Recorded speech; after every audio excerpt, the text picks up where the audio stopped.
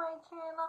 I'm just a girl who likes reading romance, fantasy romance, paranormal romance, any kind of genre of romance in general. And I also happen to have cerebral palsy, and it would mean the world to me if you would subscribe to my channel. Happy Wednesday! In today's video, I'm going to talk about my top 10 fantasy romance of 2024. My friends Jess from Quicksilver Books, Jess from Honest Fiction, Tori in Novel Life, and Jen from the Book Refuge also have done this video, so I'll link their channels down below in the description. Number 10, we have Meadow Slinger, Bryn, on the sea, because her kingdom, the kingdom she lives in, has been banished. Live in the sea. The Sea Kingdom is allowed to participate in these markets, and Bryn is accused of stealing an item in one of those markets. And a few days later, a person comes in demanding that Bryn go with him. A whole lot of twists and turns ensues after that. That ending scene, I still think about it today, to this day.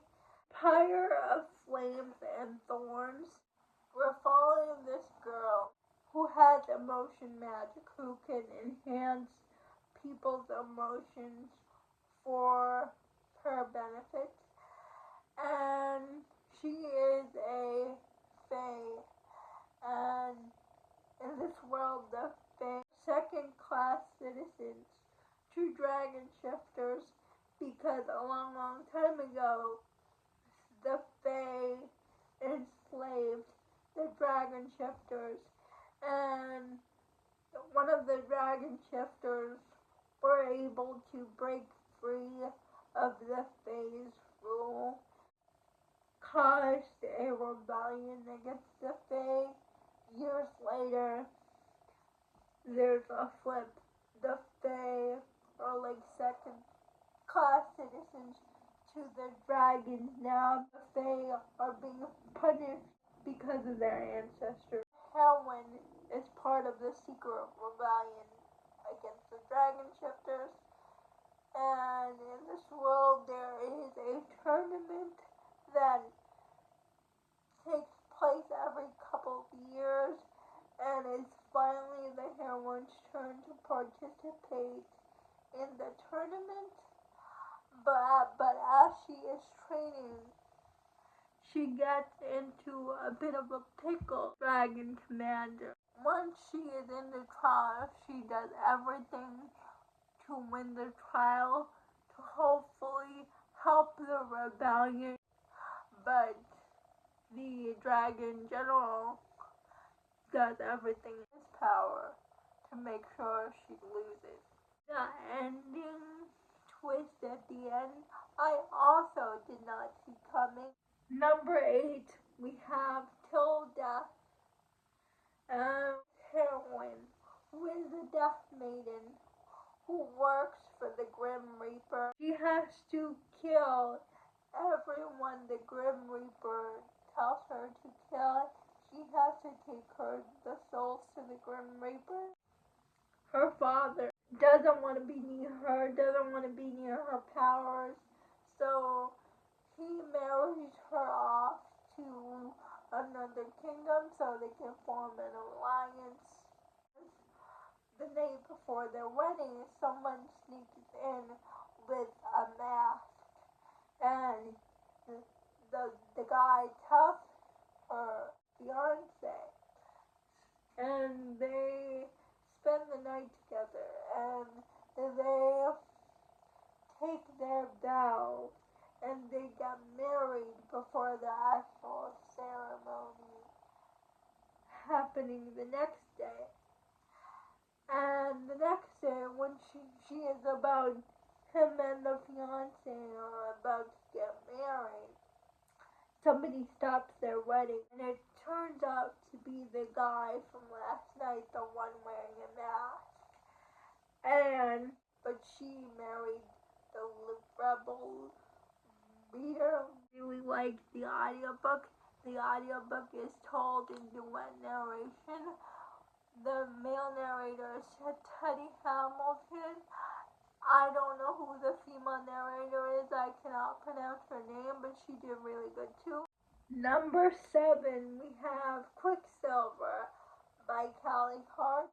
When the audiobook came out, I decided to reread it for a second time, and I loved Quicksilver and the audio a whole lot better because it is told in duet narration with Stella Hunter, and I can't pronounce the male narrator's name, but he did so good as Kingfisher. But basically in Quicksilver, we're following this girl who steals a piece of gold medal from the reigning queen of the kingdom.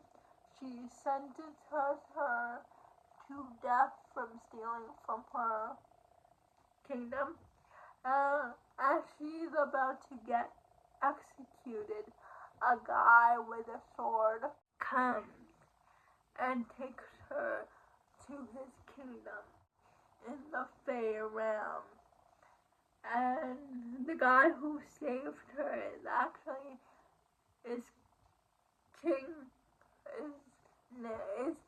named Kingfisher.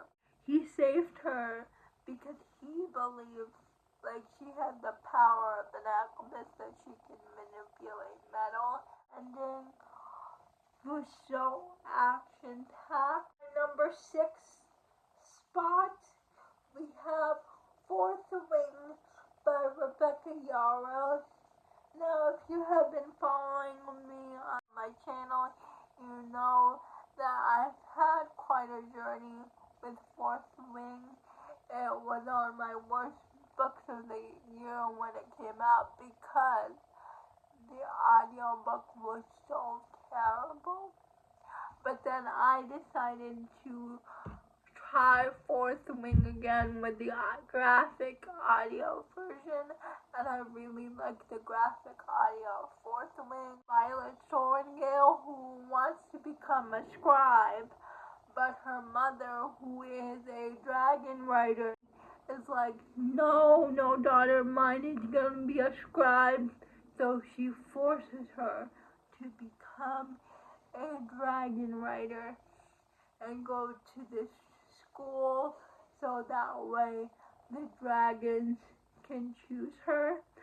But she has a chronic illness that makes it hard for her to be a dragon writer, but she ends up being paired with 2 dragons. The hero is Xaden, and Xaden's dragon bonded with Violet's dragon, and he is the leader of a secret rebellion against the Empire, against her mother. 5th place, we have When the Moon Hatched by Sarah A. Parker. This girl who is part of a rebellion group against the government. She is an assassin basically, and she gets caught. She is going to get executed. She gets saved by this guy named Khan. Stuff happens from there. In number 4th spot, The Veil of Violence. And this is part of the Roaring Fae series, and this is book 2 in this series. I really can't go into detail about this book because it is book 2 in a series, but basically we're following this heroine who lives in the southern plantation. People are very weary of her because she always tells people that she can see creatures and in the forest, like magical creatures, and people keep telling her she she is crazy, that no such creatures exist. But when her father dies, her brother begs her to go to New York with him. And so she does. She leaves the southern plantation.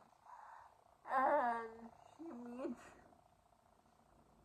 the hero, who is a mobster. When she meets the hero, she finds out that maybe she is not crazy. Maybe the creature she saw in the woods turns out to be real.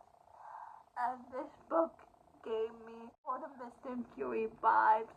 I loved it. I love this book. I read this book because of B from Mama Needs to Read Romance. And I know my friend Ava really loves this book as well. I cannot wait for book 3 in this series. Ending scene. I need to know what happens. Glow of the Everflame. And here we have the humans and the descendants. The descendants have powers and the humans do not. So there's a divide. Diem's mother is a healer, and Diem's mother disappears. So, in order to find her mother, she goes to be the healer for the descendant kingdom in her mother's place to try to find her. But also, Diem joins the human rebellion. I need to read book 3, but it is so long. But I will get to it eventually because I want to know what happens. Neverkeep.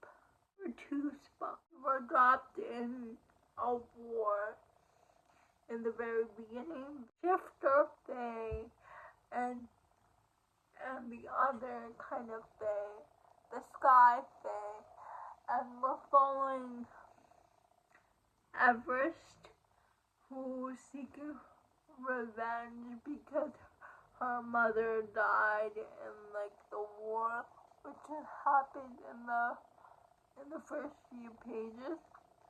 And then we're following Vesper, who is a succubus fae, who is known as the Sky Witch.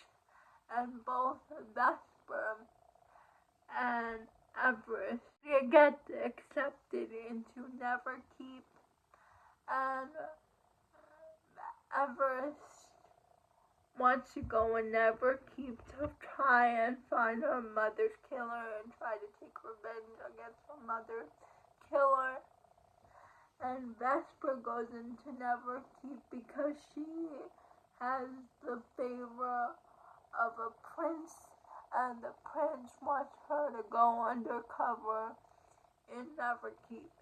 And eventually Vesper and Everest cross paths, and they uncover secrets about this academy that people want to be kept in the dark. And I really loved this book. I liked it better than Zodiac Academy. You can tell the writing was so much better. And the cliffhanger ending was killer. Nobody writes a cliffhanger ending quite like this Twisted Sister. My number 1 pick for my number 1 fantasy romance of 2024 is Tempest of Wrath and Vengeance by Melissa K. Rorich. It's the 3rd book in the Legacy series, and I cannot say anything about it because it's the 3rd book. But basically, the Legacy series is about this girl named Tessa, who is a fae, who tries her best to avoid the legacy at all costs, but then one day Tessa is chosen as a servant to one of the legacy Theon against her will, as she does everything in her power to fight back against the shackles of what she is born into, fight back against Theon and everyone that wants her to be subservient, and she just wants her freedom back. And I loved book 3 in the series. And the cliffhanger ending, oh my gosh, it was so good.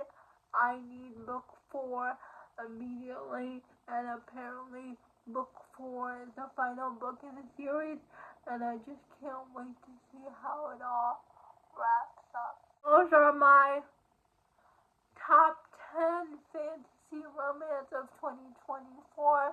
Please let me know, what are your top 10 fantasy romance? I would love to know. Please like, comment, and subscribe to my channel. Liking this video would help me out a lot. And I'll see you Friday. Bye.